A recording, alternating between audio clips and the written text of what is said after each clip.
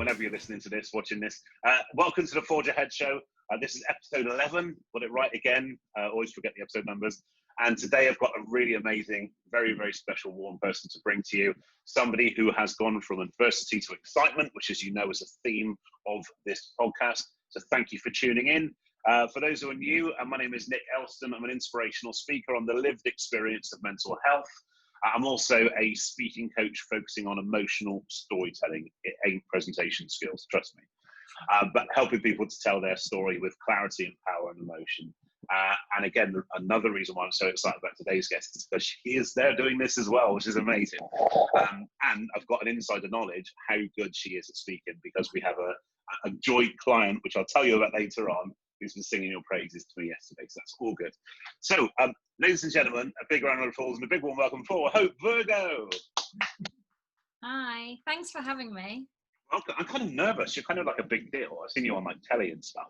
Oh, I'm totally relaxed. And I now feel nervous because of the fact that you train people in storytelling and things. I'm like, oh no, like what if I'm not that good?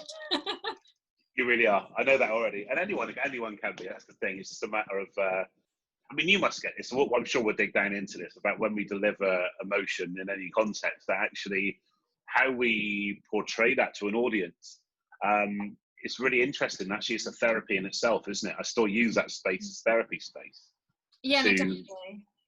So kind of sometimes I'll just say something that comes into my head just because I feel it needs to be said, or I need to work it out for myself. So you kind of test it on a really cheap therapy session. You get paid to be there. They're my guinea pigs. Let me just like see how this lands with you, that kind of stuff. No, yeah, I totally get that. I think, yeah, it is definitely therapeutic. And I think as well, like for me, it's been like learning what to share, when to share as well. And sometimes I feel like when I say I'm having a really bad day and I might be spending a day in a school, I quite often will share that with students and the staff, and to actually be like, actually, it's like an ongoing thing.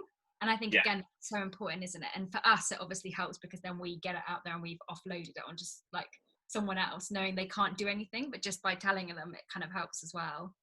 Yeah, it really does. And I think that I kind of quite often say, when I'm showcasing what lived experience actually means, for me, it's the vehicle that takes individuals, but also organizations from the problem of mental health challenges to the solution, but it's not the solution. And I think there's the line for me, because I'm not a solution bringer. All I aim to do is to increase engagement in the wellbeing initiatives that they've got going on already, or the mental health initiatives they've got going on already, that they just, unless you get the engagement, absolutely nothing changes. And I know you do amazing work over and above that with workshops and stuff as well. So I take my literal cap off to you on that front. but I'm kind of treating everybody like I know you, like they know you, like I know you. So Hope, please tell us about yourself and share a little bit about your journey. Right now I am working as a mental health campaigner and speaker, and I also do a lot of writing. So I predominantly talk about like eating disorders and diagnosis, but then also kind of more broadly on that whole spectrum of mental health. And then a huge part of the work I do at the moment is around like specifically on that kind of diagnosis. So working with the government to try and make sure that people with eating disorders can access that support. And particularly at the moment in lockdown and things like that, like it's even more important that people are able to access that support and get the treatment they really need. But I guess the reason I went into this was, I started about 3.5 years ago, and I'd always kind of been interested in sharing my experience and talking about things. But I relapsed a couple of years ago with anorexia, and I kind of lived with anorexia as a child from the age of 12 right up to 17 when I was admitted to hospital. And after I kind of came through my journey there, my recovery, I relapsed in 2016. And when I relapsed, I realized that actually, like, there's this huge lack of understanding around eating disorders. People still often think that an eating disorder is something that only affects white teenage girls and that you have to be really underweight to have an eating disorder. And for me, that was just like this big frustration, because I was like, actually, what someone weighs does not correlate with how mentally unwell they are. And we shouldn't be just judging people on that kind of outer layer, because that's so easy to do. And then the other reason, I guess, for me was a really big thing was just that I think quite often, like, there are a lot of people out there who are talking about mental health, and it's amazing, but quite often we only talk about it when we're at that end goal. And I know that, like, with you as well, like, we both talk about it as something that's we're facing every single day. And Yeah. I think for me, it was just so important to actually realize that, yes, like, recovery is 100% achievable, and we can all get to that state when you have an eating disorder. But the process to get there is really long-winded, and it's really hard, and there'll be ups and downs within that. And I guess, like, just making people realize that actually it's okay if you have those bad days within your journey, but it's about what you do with those days and how you keep yourself kind of moving further and further forward throughout that. And that's so well put. I think it's because people see the downs of your journey that they can also buy into the ups a lot more kind of strength, I think, and they can find not comfort, maybe it's the right word, but can find themselves in what you share, because you do share. You're not just the kind of the polished, right, I'm great, I'm cured, hallelujah, this is brilliant kind of thing. Actually, you do share. You're very kind of vocal and open about your experiences. I think people learn just as much from that than they do the kind of the positive side of things as well. Yeah. So in terms of, you say you speak at schools, so University of Lincoln, which I'm referring to kind of just now. So we've both spoken at University of Lincoln, and so many people saying lovely things about you, which is great. And it's a great place to speak as well, isn't it? So how do you change your message from delivering to a school, to a university, to a corporate space, which obviously you work in as well? Wow, good question. And actually, it's really random. Someone asked me this recently, like just some like random person. That makes it sound really random. Like, it wasn't a completely random person. Like, hey, it wasn't you. like, yeah, it wasn't like a work related question. Yeah. So I think, so when I do work in these kind of various places, what I tend to do is kind of share little bits about my personal experience and kind of interweave that throughout more practical ways on how people can support their friends or their family. And so with schools, it's more focused on that journey, and then looking at actually how they can then manage their own well-being. So giving them like skills and stuff. And I have about 6 things that I do kind of on a week-by-week basis, which help me manage my recovery and my general well-being, which are things that actually I really believe that everyone should be doing. So kind of going into schools and sharing those things. With universities, again, it's quite similar in that respect, kind of sharing my story, but I go into a lot more detail about things. With schools, I tend to be a little bit more mindful, depending on the year group, of actually how much I feel is appropriate to share. And I think, again, that's something that changes kind of on the school and where the school's based and the demographic in the school and what teachers have told me. But with universities as well, I always talk about actually what it was like going to uni. So I, as you know, got admitted to hospital with anorexia the first time when I was 17. And I spent a year in hospital kind of trying to recover. So learning about food, exercise, and kind of just having talking therapy and learning to express myself in a more healthy way. I got discharged from hospital, and 2 weeks later went straight to uni. So I took my A-levels in hospital, and for me, like, it was really important that I went straight to uni out of hospital, because I felt like my life had been on hold for this year and I didn't want to get left behind with my friends. And I just, I guess kind of, I put a lot of pressure on myself to do that. And first, I guess in my family, that was really challenging. And my mum had to learn to kind of let go a little bit, but also to not let go so much that I felt like no one cared. So it was kind of getting that balance right. But then also, I fell through that transition, which obviously so many people fall through, kind of between children's and adult services. And so when I talk about the university stuff, I talk a lot about actually what it was like going to uni, having gone from 24/7 support 2 weeks before, and then going into this environment where there is no routine, where there is no real structure. And then also kind of just a huge thing is just, I guess, reiterating that actually at university, we're supposed to have this incredible time. Like, we put this pressure on to have the best 3 years of our life. And I didn't have the best 3 years of my life at uni. I was lucky. I got in with a good friendship group who I'm still friends with all of them now. Like, they accepted the fact that I struggled a bit with food. They didn't kind of dig too much around it and things like that. But I think I was very lucky in that I had this group that kind of got it a little bit. So I talk a lot about actually these are the things that I did when I was at uni, the very basic things that actually helped me to stay in that good space in my head, but also helped me to show a little bit of vulnerability to people around me. And I think like that's something that I've actually been thinking about a lot over the last kind of 48 hours. I don't really know why I've been thinking about it, but you know, sometimes your brain thinks about random stuff. But thinking about actually like that support network that we create around ourselves. And I think sometimes when you've had a mental health problem, like actually we have to take a bit of ownership of that, and we have to try and normalize those conversations within our friends. So when our friends text us and ask how we're doing, we shouldn't always say we're fine, and like we don't always have to tell everyone what's going on. But I think actually by individuals like us showing that vulnerability to our friends, what it then does is it opens that door for them to then offer their vulnerability back to us, if that makes sense. Absolutely makes sense. Yeah, so I guess with my university stuff, the short answer is I talk, I guess a lot more about that sort of stuff as well, and getting kind of normalizing that conversation at university, because there will be a lot of lonely people there who are potentially really struggling. Yeah, and I've found exactly the same thing, talking about kind of the anxiety element of the things that, I don't know, platforms like Facebook were built to support people at university with things like disconnection and loneliness and isolation. Actually, they're exactly the same problems as they've always been. Yeah. That's really interesting, and thank you for sharing that. I think there's a piece I've been speaking about recently, vulnerability to bulletproof, that actually vulnerability is the one thing that we're really truly scared of, because I mean, I'm 42, so kind of growing up, even at 42, which is relatively young, growing up on that man up, stiff upper lip brigade, we don't talk about our crap, that kind of stuff. To actually start to break down that conditioning, to show vulnerability, it's been actually quite tough to do that and actually to deliver emotion, which is why I got so passionate about it to start with.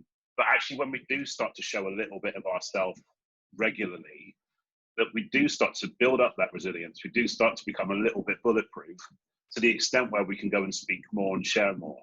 If I look at recordings of talks I did, I don't know, 5 years ago, I hardly shared anything compared to now, because I'm still kind of finding my feet. So there's an evolution going on as well, isn't there? Yeah, no, definitely. And I think it is, you learn so much about yourself in the journey of it all. Yeah. So a big thing for me over the last year, so I went back to therapy last summer to kind of deal with a lot of the abuse that I faced as a child, which was kind of a massive trigger for me developing an eating disorder in the first place. And it was something that I'd pretty much just boxed up for like years and years and years. And then a couple of years ago, kind of opened this can of worms when I went to the police about it. And I kind of went through the whole of last year just kind of trying to do this court case while trying to work all the time. And for me, like, I guess it was a bit of a survival mechanism to actually just focus constantly on fixing people, which in the past, the anorexia had given me that survival mechanism and kept me alive. Whereas this time it was focusing more on work. But I think for me, it's been really interesting because actually, like you just said, like actually over the last year, like I've learned so much about myself that now I'm able to give so much more to people. But it's so interesting because over time and over sharing, like the journey changes and the things that you want to share change. And just fascinating. So people are like, kind of like evolving with you because you're so open about things. Yeah, I think so. And again, you just bring people in on that journey, and people just kind of connect to that. I mean, the kind of the rough format, the nutshell format of the signature talk that I do, Talking Anxiety, is basically 15-minute story as context, and then 45 minutes of 10 tools, tips, and techniques kind of thing, as a rough overview. Now, people that have heard that multiple times, because I talk about things that are personal and professional, then actually, depending on where they are at that time, they will hear different things in that. So if I'm talking about personal relationships and that triggers them, there's obviously something going on there. And I'll come on to the corporate space next, actually, because it's interesting what your experience would be. But in terms of I was talking about something which is professional and that really triggers them, then actually that's, so you can hear the same talk lots of different times and hear different things. And I think that's the importance of, I mean, the clarity that you deliver in terms of what you share, and the, it's raw, it's real, but actually deliver it in such a way that you can absorb it and actually relate it to yourself. So even though it's your story, it's about the insight and value you bring to your audience. and of which you bring a lot. So in the corporate space, talking about mental health generally, and even mental illness, when I talk about obsessive compulsive disorder and things, that especially you go to like a London law firm or something, and you get like the people that's right, okay, beardy boy, amuse me kind of thing, then actually it's those people first that I try and focus on, because actually they're defending themselves. They've got something I'm going to talk about. What's your experience been of delivering such a I guess taboo subject? Okay, mental health generally is still a taboo subject, but within that, there's also other taboos that are not covered as much as they should be. And so when you deliver talks about kind of eating disorders into the corporate space, how does that work for you? How does that land? So it really varies. So normally it's fine, and most people seem quite receptive. But I think sometimes it is interesting when you say certain things, and I obviously talk so openly about what I've been through, that sometimes people do look at you and they're kind of like, wow, she literally is like, this is just weird. Like they can't get their head around it. So I think that's always really interesting, actually. And you can spot the ones in the group that are a bit like, oh, this is a bit too much for me.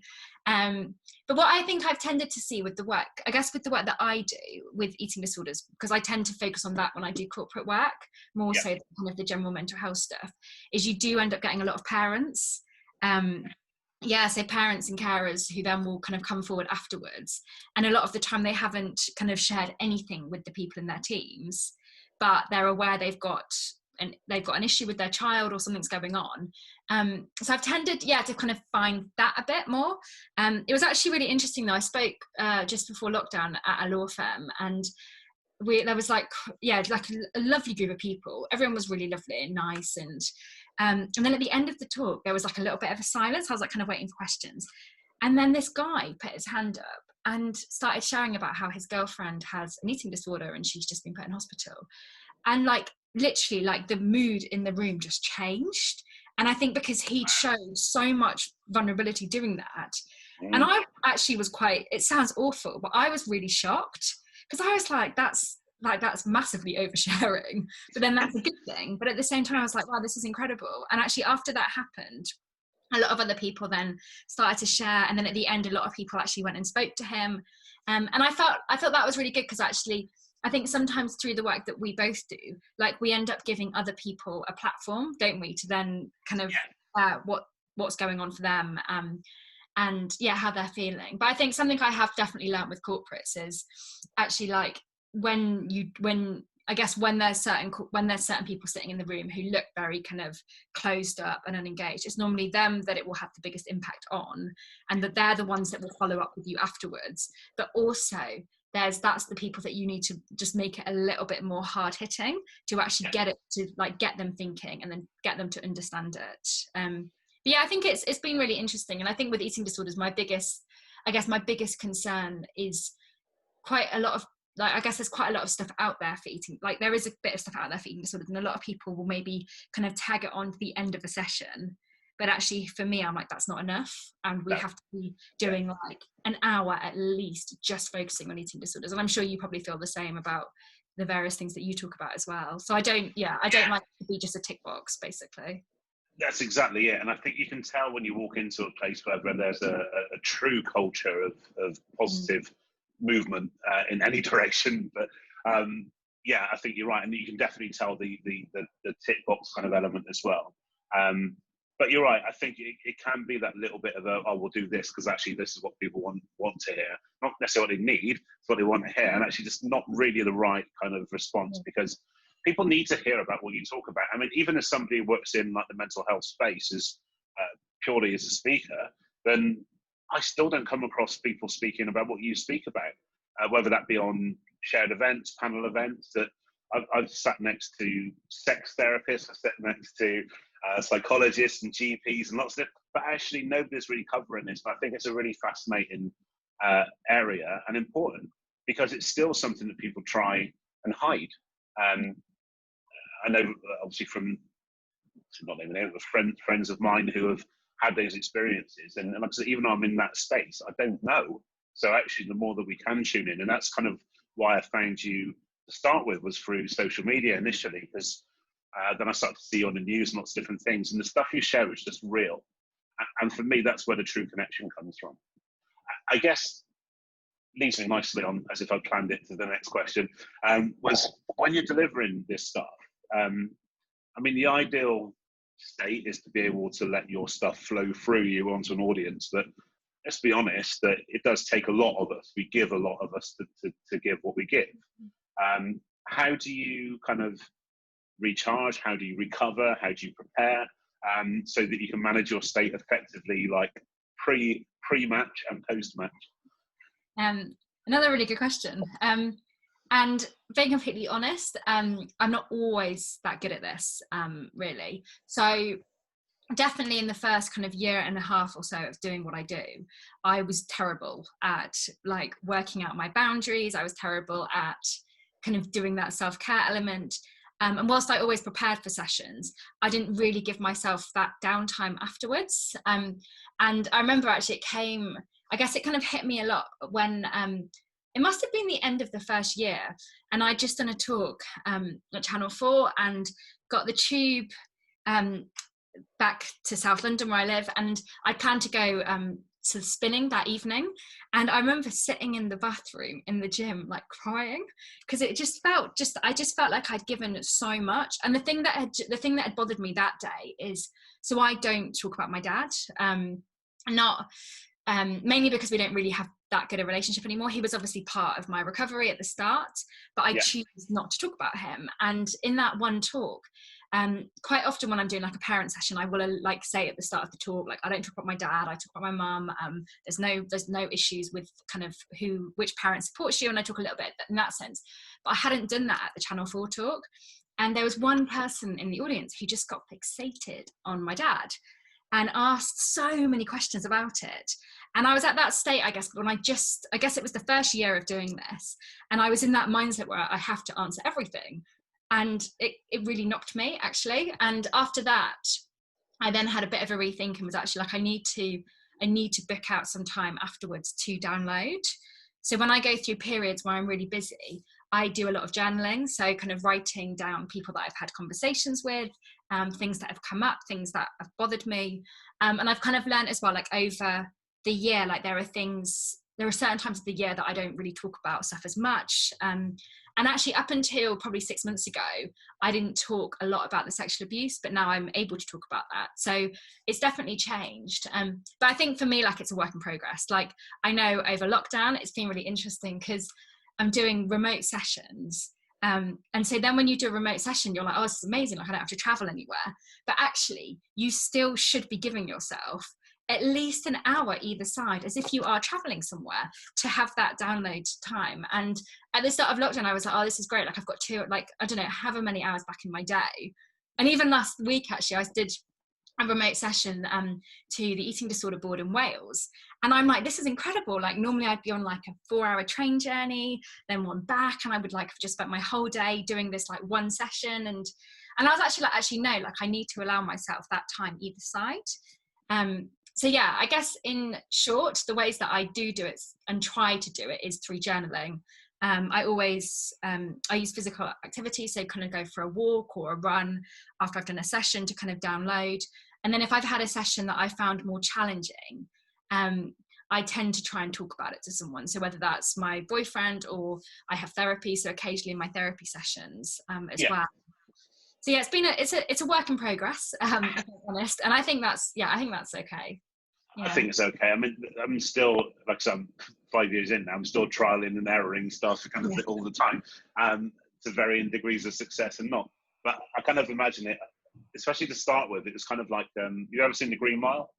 Yes. Yeah. So it's kind of like you're sucking out the bad and then like blowing it out somewhere else. Then you get absolutely exhausted afterwards. It kind of felt like that to start with, and then I start to try and kind of use things like flow to try and let it work through me, not necessarily all from me. But like you said, the deeper you go, and if you decide to go off piste and share something that you don't tend to share, it can really catch you to the extent you go, okay, start again, kind of thing. So thank you for being so candid with that. And you mentioned lockdown, so if you're watching this into the future, I hope it's all over by now. But in terms of lockdown, that we're 15, 16 weeks into lockdown. So how has lockdown been for you, and also with people with eating disorders? How has that affected and impacted their lives? So I guess starting with me, so it's been up and down, if I'm honest. So I've had really good weeks with it where I felt absolutely fine and kind of embraced it. But then I've also had days when I found it really difficult, where I've shouted, I've cried, I've got really frustrated. But I learned, I guess, right at the start of lockdown, I kind of worked out what I needed. So one of the things that I do, which it works for me, it probably won't work for everyone, but it's sometimes when I'm feeling quite overwhelmed with things, I go back to kind of the basics with my eating. So I write myself a routine. So part of that in lockdown was kind of getting up and going to bed at the same time, kind of Monday to Friday, which makes me sound so boring, but actually for me it like really works. I've started doing that as well. It does really work. Really does. Really help. And then every morning I think of something that I'm grateful for. Every evening I write in a little journal that I've got something positive that happened that day. And I also did my therapy remotely. So actually for me, just feeling heard within that. And then I also identified things that I knew that I would find difficult. So a big thing for me is using exercise in a positive in my recovery, so helping me manage my eating. And although I don't need to exercise to eat, because I don't think that's healthy, it definitely gives me the headspace and helps me mentally to kind of just stay on top of things. And for me, just not being able to go to the gym and not having that freedom was quite difficult at first. And the other thing that was quite challenging was, I think for me, just being, which everyone is just being stuck in the same location every single day and not having that freedom to just go and do what you need to do, and being kind of left with a lot of feelings and a lot of emotions that you need to process. But I guess like it's tended to be pretty positive, and I've been pretty kind of, I guess, pretty kind of level-headed throughout, with kind of the odd moments. And I think for me, like something that I'm really proud of, is that I came off my antidepressants a week before lockdown without realizing we were going into lockdown. Wow. And I've managed to kind of stay off them. And obviously some people need to be on medication and that's totally fine. But for me, like it was a kind of an important step in my recovery, to come off the medication. So I was kind of happy with that. But then I guess, like more broadly with eating disorders, like what I do believe is that lockdown has created just this perfect storm for us. Like we're isolating, which the eating disorder loves. We've got so much uncertainty, and so the eating disorder tries to suck us back in to give us that sense of control again. We've also got kind of issues around accessing food. So at the start, definitely there was a lot of stockpiling. So people couldn't access the foods that they felt comfortable eating. So they're safe foods. And even now, like for some people, actually queuing to go into a supermarket is really stressful because you're building that anticipation up in you. And it's really stressful in itself, potentially, for that person. And the other kind of two big things at the moment that I'm seeing is firstly, so the exercise aspect. So obviously some people's exercise routines have completely shifted, but actually what we're seeing on Instagram is like these constant kind of exercise lives, like every single day there's like different things you can get involved in. And I know for me, like actually it was really challenging at the start because a huge part of my illness was wrapped up in obsessive exercise. And I was finding it really kind of frustrating seeing all these people working out on Instagram, and how like I was like, maybe I should be doing that. And then I was like, no, I can't do that because it will be really bad for me and it will get me into a cycle. And I think as well, people are kind of out and about exercising probably more than they were before because people have just got more time. And then the other thing now we're coming out of lockdown is just all of these conversations on weight.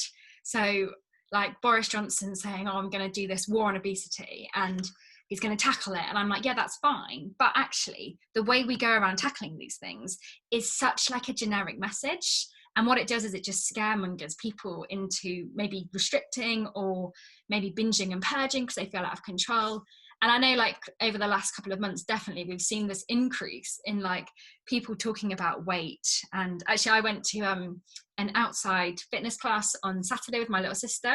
And at the end of the class, the guy was like, oh, this is great. You guys are starting to shift some of that lockdown lard.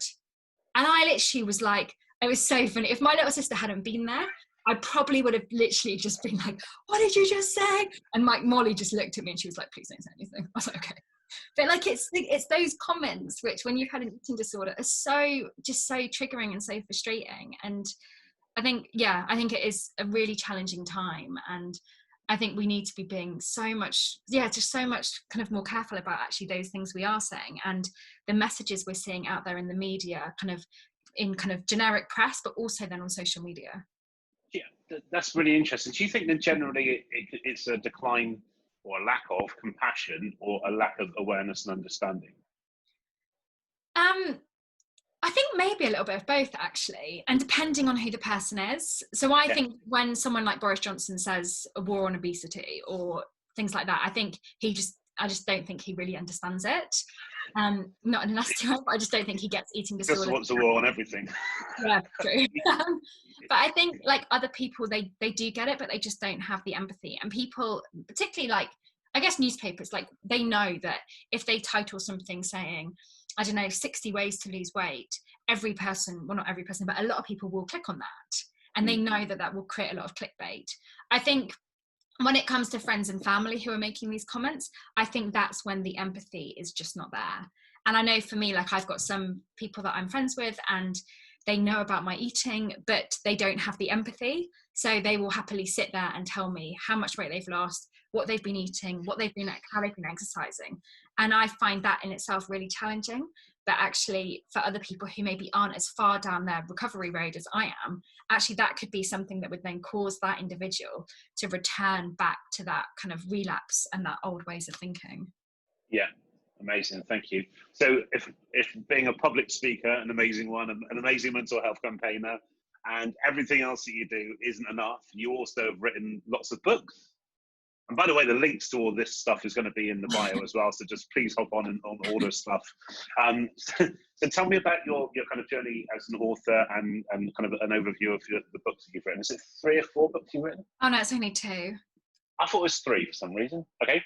That's Tell right. us about the 2 books you've written. The 3rd one's on the way. Yeah, there is actually a 3rd one on the way. See, I knew it. There we go. Yeah, I haven't actually told anyone like it either. Obviously, like apart from friends and family. So the books I've written, personal books. So books about my experience, what I've been through. The first one is focused predominantly on life in hospital and how I kind of reached out for that support and went through the whole hospital journey. So I share a lot of diaries. My mum writes bits of it around what it's like being a parent for someone who's got an eating disorder. And then the second one also writes a lot about actually what it's like to campaign in mental health, but still managing your mental health. So I still think that actually even within mental health campaigners, there is still a little bit of stigma around actually reaching out for that support, and people are still potentially quite judgmental about it. And I know for me, actually, when I went back to therapy last year, I was just really worried about people finding out. And I was like, this is ridiculous, because I talk about how important therapy is. I talk about the power of talking. But when it's yourself, you always feel that pressure, don't you? So yeah, absolutely. It talks a lot about that, and also a little bit about the kind of stuff that I've learned in the last kind of year or so through that kind of new therapy journey. Can't wait to read. I'm definitely going to be reading. That's cool. I mean, you're right though. I feel that pressure too. If I'm struggling, that I think that's why I feel the need to share is to firstly quieten my mind that I'm not trying to be something I'm not, because it does generate that imposter syndrome. I mean, initially people were calling me like 5 years ago the anxiety guy, kind of. It didn't feel right, because actually I'm not. Hallelujah, I'm cured. This is, I work through my crap daily. Thank you very much. But it's gonna. I think actually it's that thing that when you are struggling, I think if we try and keep it in, actually that's the bit that I get worried about. It's not sharing so much. It's trying to keep that hidden. Yeah. Because you're not showing that vulnerability. So the last thing I wanted to definitely chat to you about was social media. Now, social media on a couple of levels, really. So I've decided recently, about 4 weeks ago, to come off of Instagram, Facebook, and Twitter. Now, the decision I took was because it was having a negative impact on my mental health.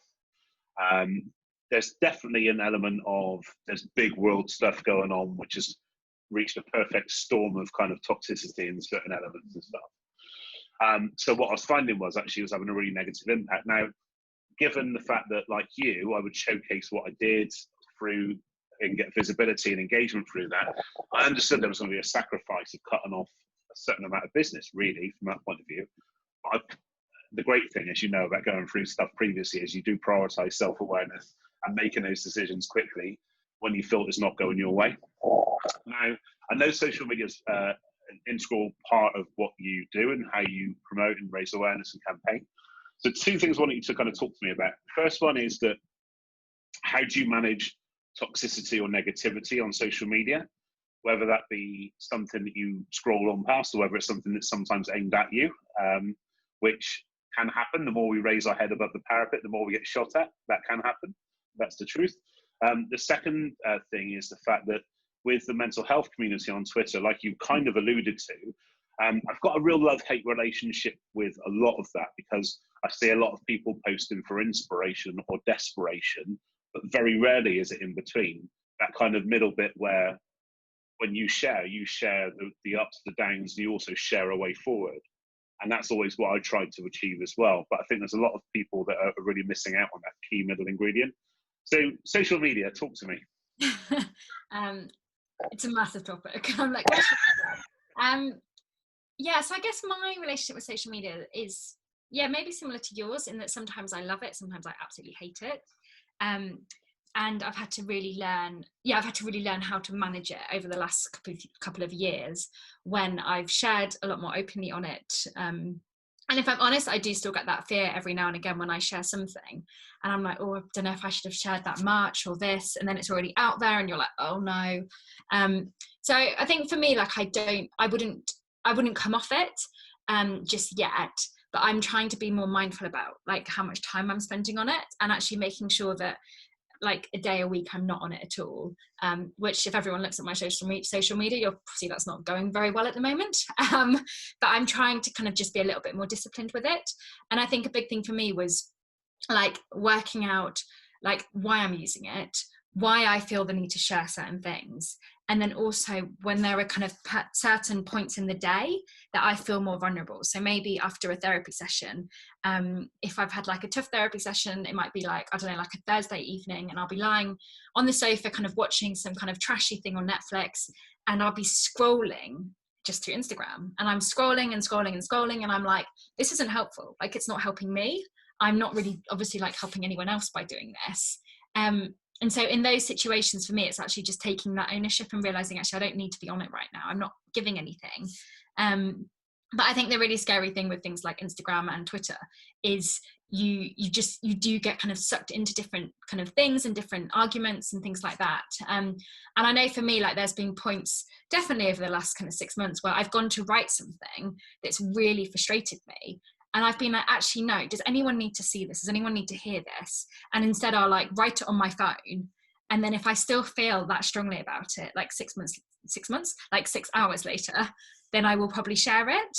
But quite often it's taking that step back. I think the thing that I don't like really don't like about social media, and I feel like this maybe links to kind of the desperation and kind of inspiration aspect, but more from that desperation point, is there are certain individuals on Twitter particularly who I really struggle with, people who are quite malicious, quite manipulative, and particularly when people write things, you know, like those kind of like, you know, when you're like, loads of like 13-year-old girls do it. You write something like, someone lied to me, you know who you are, or I don't like this aggression. Yeah, and I feel like that is such an issue on social media, and people feel like because they're not actually naming someone, you have that kind of passive aggressive element to it.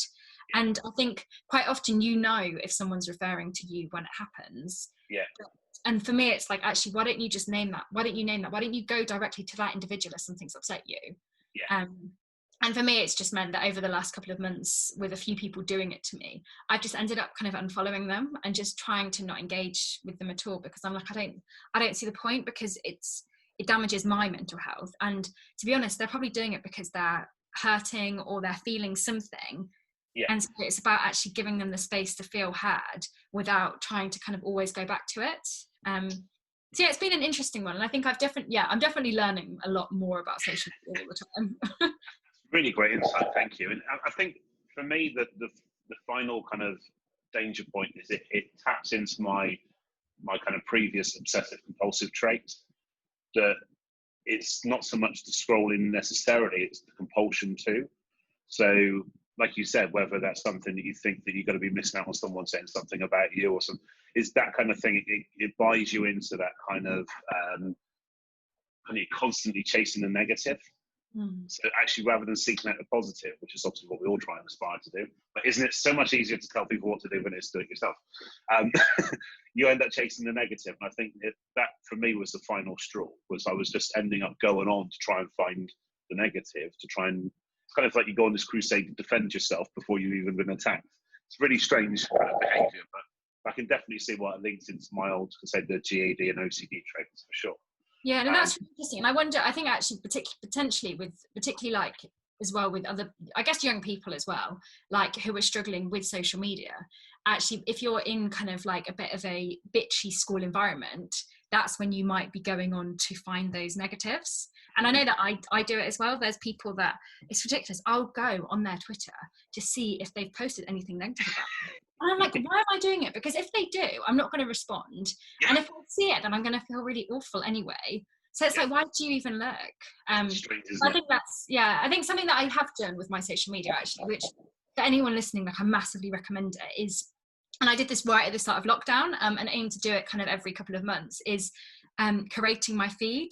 So this is on Instagram, and where I basically have just gone through and kind of culled a load of people that I don't want to follow, but then also gone through and kind of diversified what kind of content I'm looking at. And then also on kind of looking at content that I like looking at, then gone through and commented on a load of it.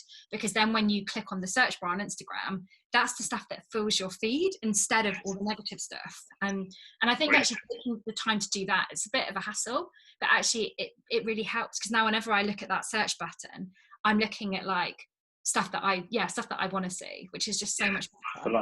I like that's brilliant. Thank you. Great tip. Just found these two reviews from two big names, Johnny Benjamin, MBE. Hope writes with incredible honesty and openness. Her journey is truly inspirational, not just to those with mental health struggles, but to all humankind.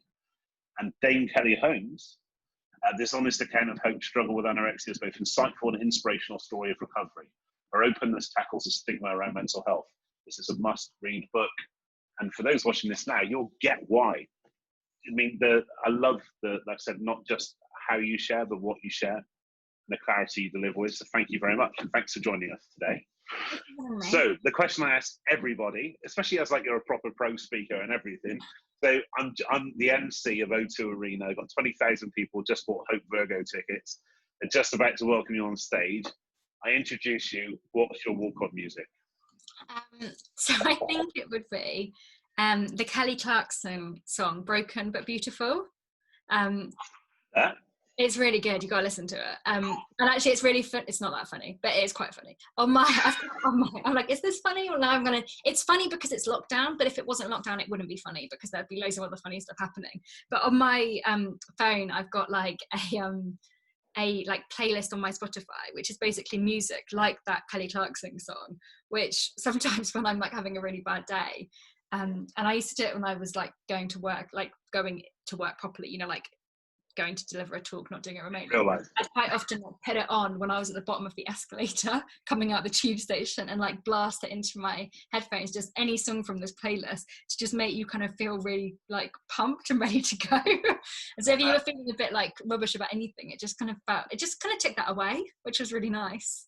Love that. So again, the link will be in the bio. I've not got a license, so I can't play it on here, but I will put the link in the bio. So big thank you to everybody tuning into episode 11 of the Forge Ahead show featuring Hope Virgo, the lovely, the wonderful, the amazing Hope Virgo. You will have all of her contact details in the bio, and please do look her up. Please do connect and follow and everything else you can do on social media today. So before we wrap up, I'm going to head over to Hope for some parting wisdom. Boom. Any wisdom? Any wisdom. Leave people inspired, or leave people with a little bit of insight, a little bit of advice and inspiration, so they can find a way forward. So I guess my main bit of advice, and I guess this probably kind of links back to what we were saying on social media as well, maybe, is like, just remember that you don't know what's going on for anyone. And actually, like, the small conversations and those kind of small interactions that we have with people on a day-to-day basis are so important. And I guess I emphasize that more at the moment in lockdown, because we're all, I guess some of us are getting a bit frustrated with things easing up. We're getting frustrated that some people maybe are going on holidays or sitting in pubs, and you might not be ready to do that. And that's totally fine, because we all should be doing what we want to do, obviously respecting the rules.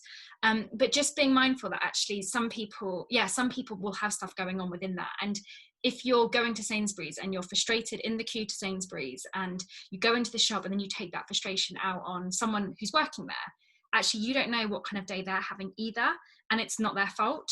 So I think for me, my advice is, firstly, like, remember people have stuff going on, and think about actually those interactions that you are having, because I am a firm believer that actually some of those small, really positive interactions that we have with humans and other humans around us, actually those can save lives. And actually you might have a conversation with someone and think nothing else of it, but to that individual, that might have been a conversation that has kept them going that day. So just, encouraging you to reach out to other people and just, be kind and talk.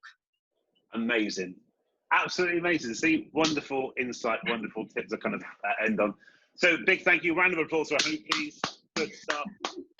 We will be back for episode 12 very shortly. We've got loads more amazing guests coming up of lots of different walks of life. The main theme is they've gone from adversity to excitement, and they're going to showcase how they did it and share the insights that the wonderful Hope's done today. So I will see you soon, guys. Take care. Thank you very much. Cheers. Bye.